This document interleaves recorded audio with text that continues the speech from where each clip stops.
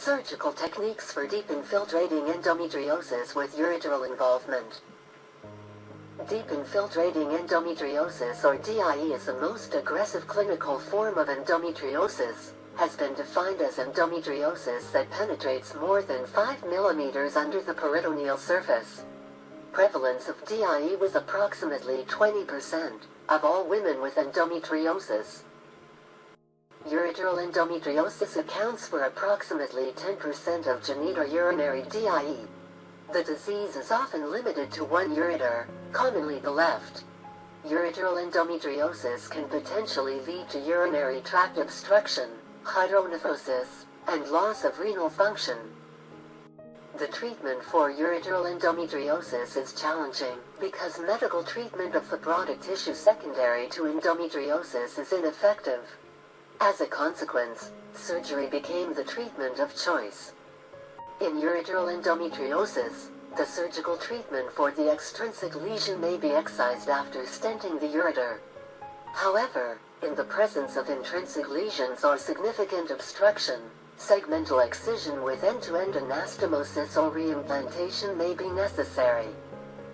Laparoscopy is reasonable and preferred to open surgery due to magnification of the organ structures, better approach to the depth of the pelvis, pneumoperitoneum creating the potential spaces, minimal blood loss, less pain, quicker recovery, shorter hospital stay and better cosmetic outcome. This video demonstrated the surgical techniques for deep infiltrating endometriosis with ureteral involvement. Patient profiles. A 36-year-old, nulliparous woman, presented with severe dysmenorrhea and left back pain. On the gynecological examination, a painful nodule was palpated at left uterosacral ligament. Transvaginal sonography revealed retroverted uterus and 2 cm mixed echoic mass at left pelvic area. Ultrasound KUB showed hydronephrosis at left kidney.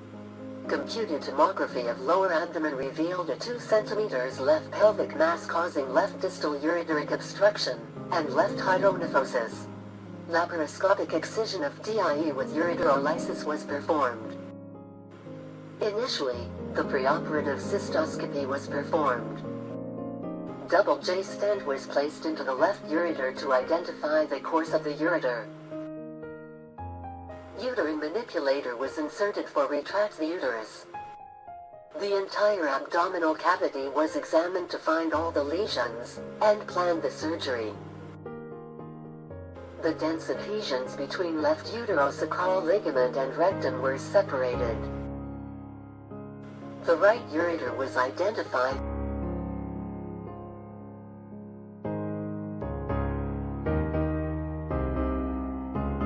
Then filmy adhesion was released.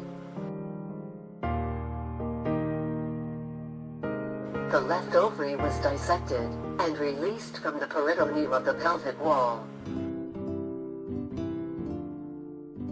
The left pararectal space was approached to lateralize the ureter.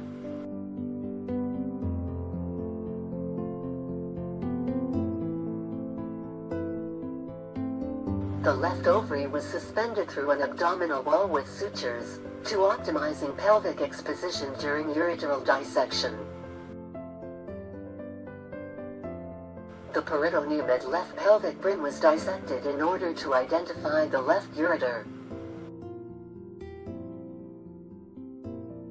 The correct plain ureteral dissection was performed started from healthy tissue. All the ureteral endometriosis was excised to a point of ureteric stenosis, and DIE lesion was removed.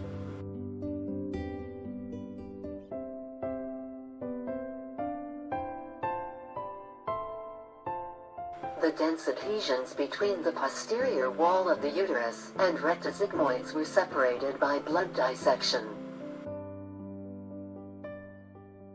Bleeding was checked. All pelvic structures were free from adhesion, and the anatomical distortion was totally corrected. Lastly, an adhesive gel was placed on all raw surfaces to prevent further adhesion. patient outcomes. The patient had no intraoperative and postoperative complications. The patient was discharged on the third day after surgery.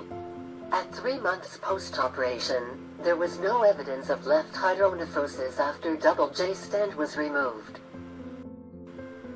Summary. The surgical technique is essential to adequately manage the disease and to minimize the risk of complications. Firstly, good exposition. By using effective uterine manipulation, ovarian suspension through an abdominal wall, and all adhesions were released. Secondly, precise and careful dissection. Start the dissection from healthy tissue and systematically progress towards the pathological tissue. Dissection in the correct plane to minimize organ injury and bleeding.